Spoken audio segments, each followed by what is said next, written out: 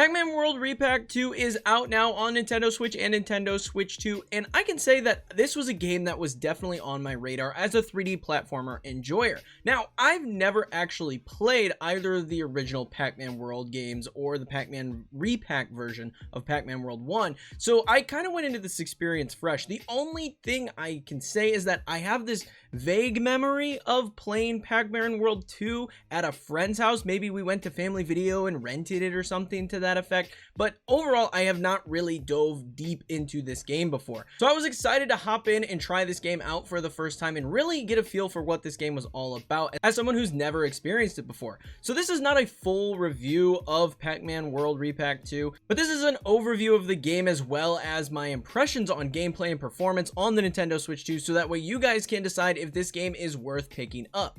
Now, before we get any further, I do just want to mention that I am a member of the Bandai Namco Creators Program, and Bandai Namco was kind enough to provide the key for Pac-Man World 2 RePac, so that way I could get this video up for you guys today on launch day. So thank you, Bandai Namco, for providing me with a key, but let's get into it. So how the story starts is that the ghosts come to Pac Village and steal the golden fruit from this mystical tree, releasing the big bad demon known as Spooky in the process, which then sets our story in motion. Pac-Man goes out on an adventure to retrieve the stolen golden fruit and defeat Spooky before he can bring ruin to Pac-Land. Now, when you boot up the game for the first time, you have the opportunity to choose between the adventure mode as well as the fairy mode. And the adventure mode is your more classic 3D platformer experience that you're going to get, but the fairy mode, Pac-Man has these fairies that follow him around and help him out on the adventure if you're looking for a more easy experience getting through this particular game. I went with the adventure mode because I'm pretty apt at playing 3D platform games, but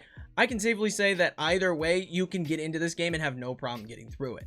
Now, after you get through the introduction phase of Pac-Man World 2 RePac, you'll be able to head out into the overworld, and this plays very similarly to other games in the 3D platform genre that are level-based, looking at things like Super Mario 3D World or Super Mario 3D Land on the 3DS. Those games have that overworld that then puts you into the levels, and Pac-Man World 2 RePac is the exact same way. And these levels are replayable, so you can go back through, try to get a higher score on the subsequent run, and improve your performance. So all of these have a lot of replay value, and I've actually found myself going back into levels quite a bit, and I'll talk about that here in a little bit. But the gameplay that you'll find in Pac-Man World 2 RePac is a fantastic take on 3D platforming with a mix of classic Pac-Man action. You can butt bounce not only to defeat enemies you'll encounter, but also to reach higher locations. You can kick enemies. You can do this little dash thing that you roll and then shoot yourself over ramps and things of that nature. And if you gain the Mega Pellet, you can become Mega Pac-Man, allowing you to defeat ghosts found throughout the level, similarly to how the Mega Pellets worked in the original Pac-Man game.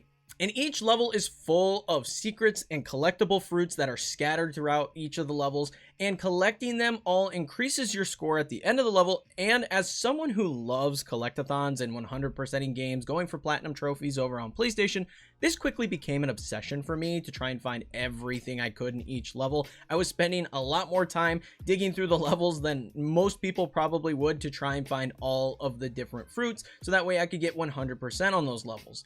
And each level has a handful of challenges at the end that, if all are completed, it rewards you with a new costume for Pac-Man to wear, incentivizing you to search through each level and collect all the fruits and secrets. And replaying the levels also opens up time trial runs, allowing you to test yourself and see how fast you can race through each level, which I actually found to be kind of fun because this puts you on an online leaderboard, so that way you can see how you rank against everyone else. And let me tell you, I don't know who else got early access to this game, but I played this before the official launch, and people had some wicked times on the online leaderboard from what I was seeing. I was like, man, that's a pretty good time. I got a silver, medal for that. But no, people are clearing these in like 15 seconds flat, and my quickest was like 43 on the level I did the time trial on. So that's kind of crazy how quickly people are just busting through these levels, and it adds a lot of fun replay value. I really love games with leaderboards like this. Looking at another one like Neon White, I really like being able to see my friends' times, which you can do in Pac-Man World 2 RePac.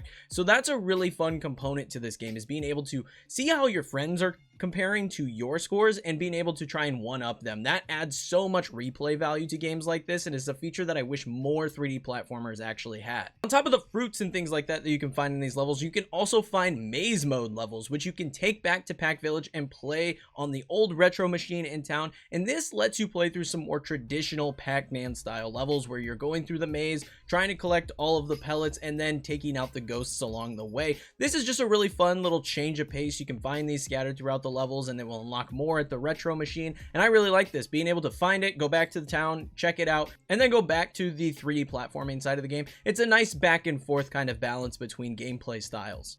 Now, as far as game difficulty is concerned, I can say that this game is really not all of that challenging. I just never found it to be something that I was just like beating my head against the wall for. Certain levels, obviously, depending on how good you are at 3D platformers, can prove to be a bit more challenging, especially in the ones where you're like bouncing from object to object.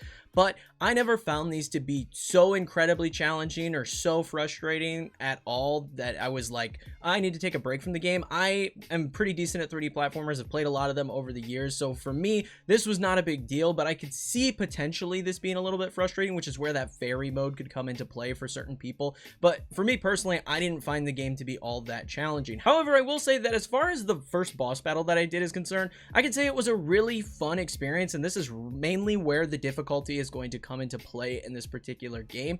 It was definitely tricky to line everything up after I figured out its pattern. But once I figured out the pattern, I knew what to do, but getting everything in the right position to actually take down the boss, that was the tricky part. It wasn't that the boss itself was all that challenging, it was just lining up the parts in the boss battle that I needed to in order to actually chip away at its health bar. But upon completing the boss and its challenges, it rewarded me with another arcade game to play back in the village. I was able to play the original Pac-Man game. So that's really cool as well, that as you continue playing, you'll unlock more stuff in the arcade, and you'll be able to have more Pac-Man experiences within this game, which I just find to be really enjoyable. It's like a love letter to classic Pac-Man in a 3D platforming Pac-Man game. I think that's really cool. Now let's get into the meat and potatoes that everybody wants to know regarding Switch 2 versions of games, the performance and the graphics. So this game looks absolutely fantastic on the Nintendo Switch 2. I did not play the Nintendo Switch version. I played the Switch 2 version, and it is beautiful. It looks great. All the levels are bright and colorful, and the textures look fantastic. The cutscenes look really good, and the voice acting in those cutscenes is fantastic as well. The game plays at a consistent 60 FPS, and I noticed zero hiccups or frame dips, no issues at all during my experience playing this game. I played probably the first 3-4 hours of the game before getting ready to record this video, and it is just a really, really flawless experience. Now, there are some new things that they added, being that this is a remake or a remaster of the original game, and this adds new things like new figurines to collect that you can set up all over Pac Village, or new costumes that you can acquire through playing the game. So there's a lot of new stuff to dive into and collect in this game that was not in the original game. So what are my thoughts on Pac-Man World RePac 2 now that I've played a handful of hours of this game on the Nintendo Switch 2? I think this is a fantastic game to add to your library. This game is just good 3D platforming fun, full of fun Pac-Man callouts and Pac-Man experiences to have. It's just a really solid 3D platformer with awesome level design, bright and colorful worlds to explore. It's just all around a really, really solid experience while being its own unique thing because of the Pac-Man elements, being able to, eat the pellets and become Mega Pac-Man and all of those things. It changes up the traditional 3D platformer kind of gameplay that you're used to in a lot of other games, and I really like that from this game. And the replay value on these levels is fantastic. Between the time trial runs, going back in to complete challenges I didn't complete so that way I can get the costumes, and all of the other 100%ing aspects of this game, there's a fair bit of content here. I've already 100% the entire first world, and I'm planning to continue 100%ing the other worlds as I finish playing the game. And even there is 100%able locations in Pac Village where there's fruit all over the place that you can collect to get 100% there. So the replay value of the levels in this game are just through the roof. I keep going back. I've played through a bunch of levels already in just the first world and moving on to the second world, replaying that because I want those costumes and I want to get the 100% on this game. It's a really obtainable goal. I feel going for the 100% in this game is something that's super easy to do, not something that's incredibly challenging, and I've been having a really good time doing it. So it's a game I'm looking forward to continue playing, and is definitely something you guys should consider. Coming in at $30 for the Nintendo Switch 2 version or $40 for the digital deluxe version, you're able to pick this game up relatively cheap and have a fantastic 3D platforming experience. Now, I will mention that this game is a game key card for the physical version of this game. So if you're not interested in a game key card, you can just check it out on the eShop, but it's definitely worth your time. I'm having a fantastic time with Pac-Man World 2 RePac, and I plan to finish this game, 100% it. I wish there were achievements on Nintendo Switch because I would love to see just the 100% flash across my achievement screen. This game in particular really is like one of those where I'm like, man, achievements would be so sweet on the Nintendo Switch 2.